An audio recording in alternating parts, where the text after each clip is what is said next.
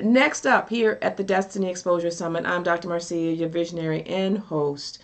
We are bringing to the stage Starr Taylor. And Starr is retired from the Lake County Sheriff Police Department, and she is an emergency 911 operator after serving, I believe, 27 years in that role. And she was the lifeline for countless individuals as they waited for emergency responders. In the chat, I want you to say waiting, because we've all been waiting for help. Okay, and she was on the other end of that 911 call. And what Starr has done is that she has taken those encounters and she has reformatted them into a resource that can help those dealing with trauma. Starr is a full-time author, speaker, and trauma recovery coach.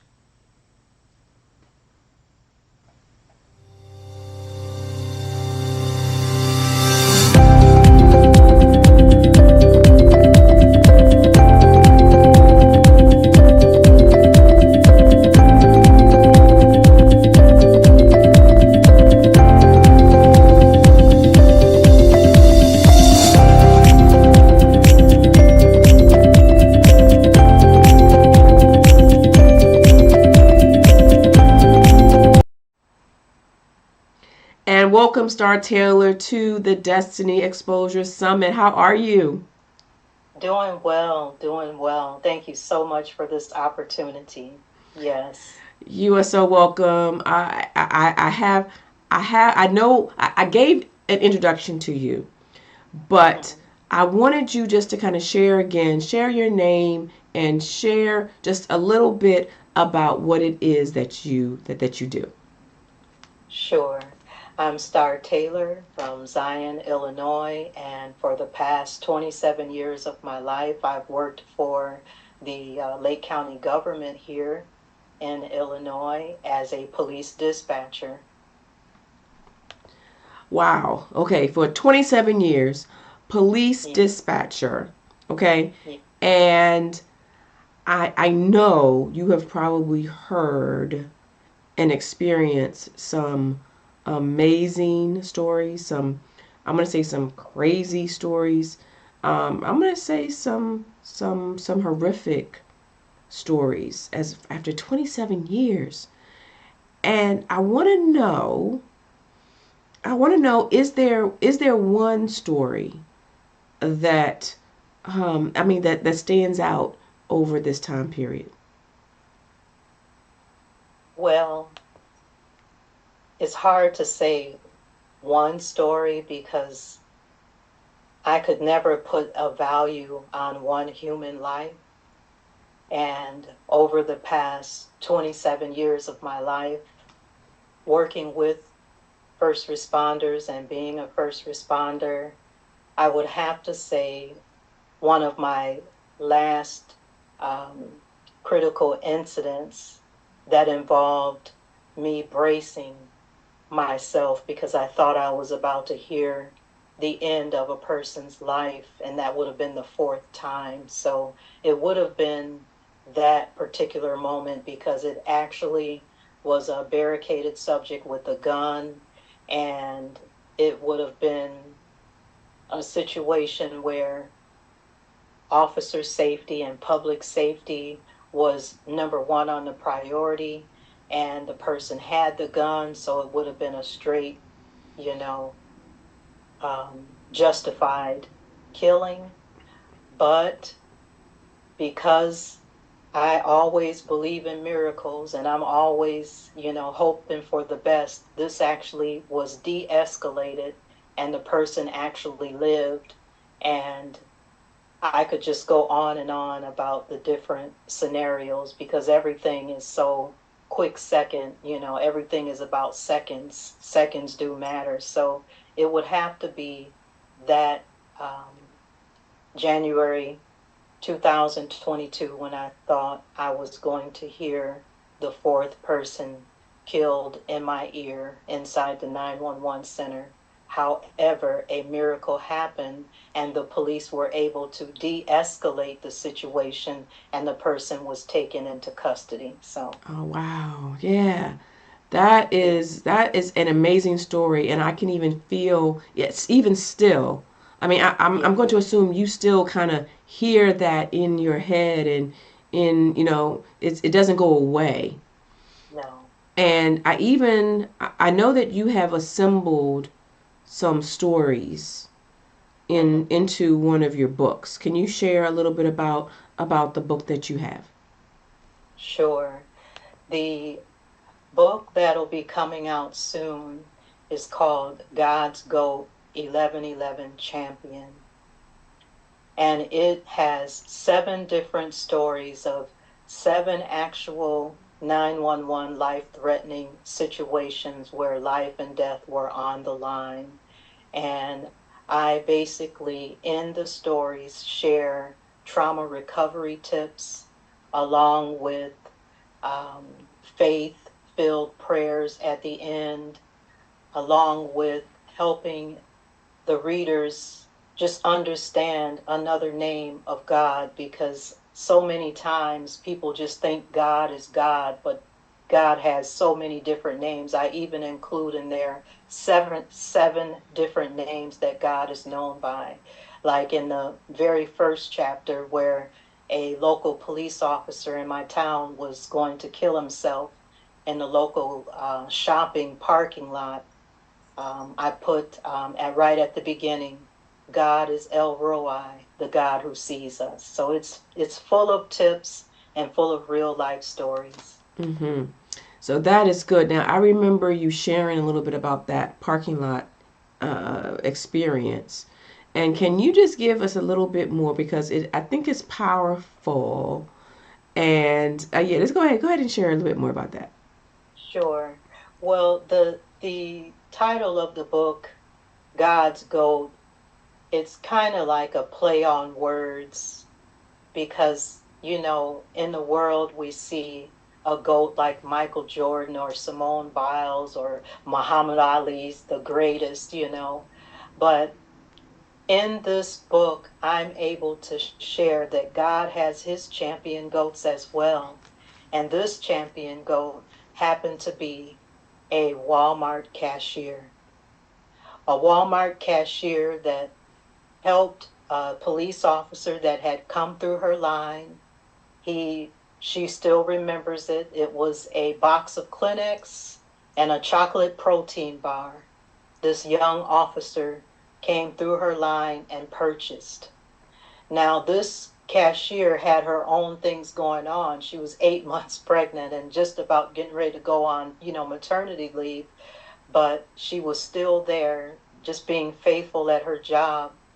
What she noticed about this officer is not only the box of Kleenex and the chocolate protein bar, but it was 4 whole hours later that when she looked out in the lot, his car was still out there. He was in his police squad car, and she had this cross that she had gotten from church, a little small cross that her pastor Tim had encouraged, the congregation. He passed out little crosses and wanted them to say, hey, make a difference in someone's life this week.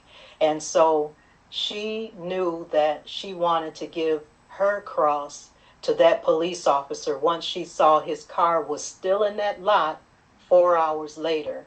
Here in the Chicagoland area, our winters are brutal. And for her to notice that his car was still out there 4 hours later, she still took the time. She took her last break, 8 months pregnant and all, and walked out in that slippery parking lot. Carefully, she went out there and knocked on that window. The windows were all, like someone was sweating, but, the way she described it, it was really foggy. But she knocked on the window. The officer rolls down the window. She can tell he had been crying, and all she did was hand him the cross and said, "You need this." What that cashier did not realize is that officer had his service revolver in his lap and had planned on taking his life right there in that parking lot in his police squad car. But God had one of his goats on duty that wanted to go the extra mile once she saw that situation and share that life giving cross. And make a long story short, it's all in the book. That young officer took that cross as a sign not to take his life. And that's chapter one.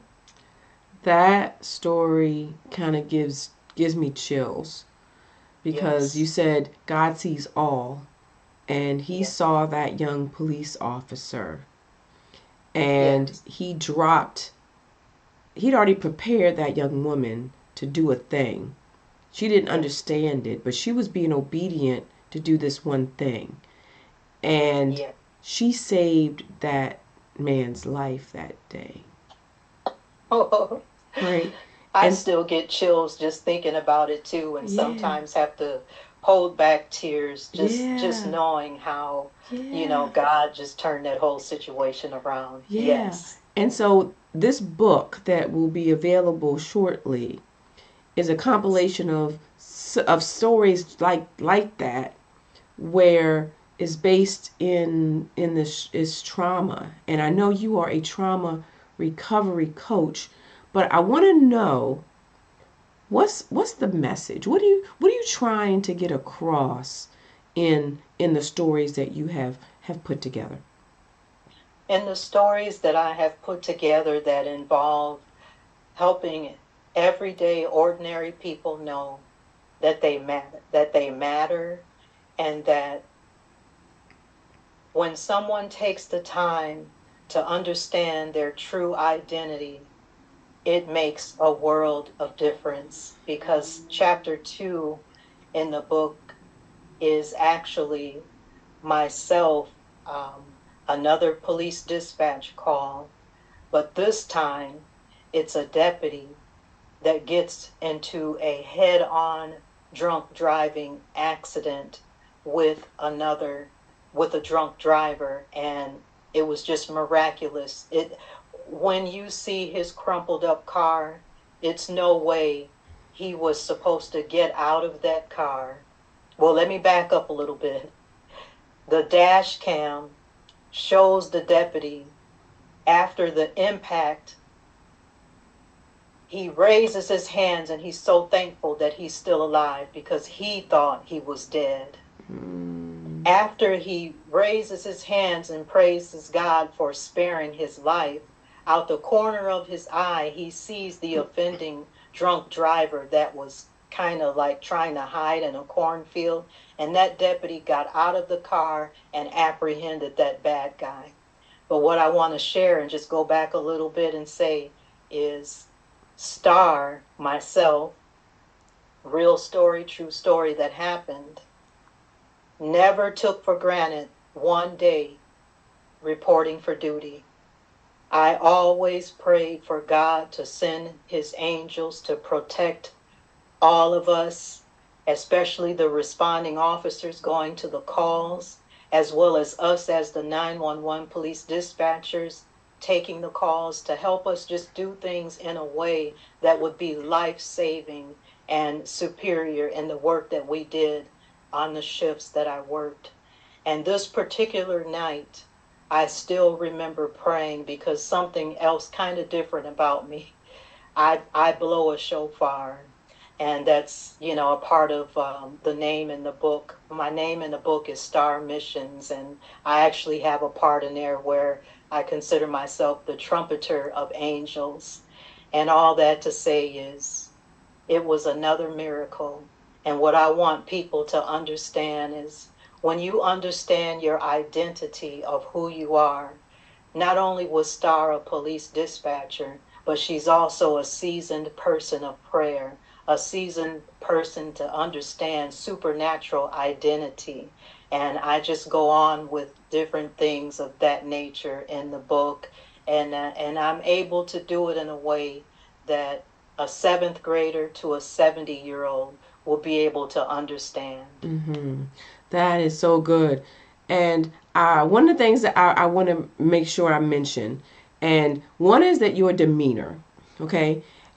You're very calm, you're very measured, and I can see how that would be so comforting for someone calling 911 in a frenzy to say, oh my gosh, my baby's not breathing. Yes, Oh my gosh, I've been in a car accident and I can't feel my legs. Oh my gosh, there's yes, there's someone has been shot and what do I do? Right?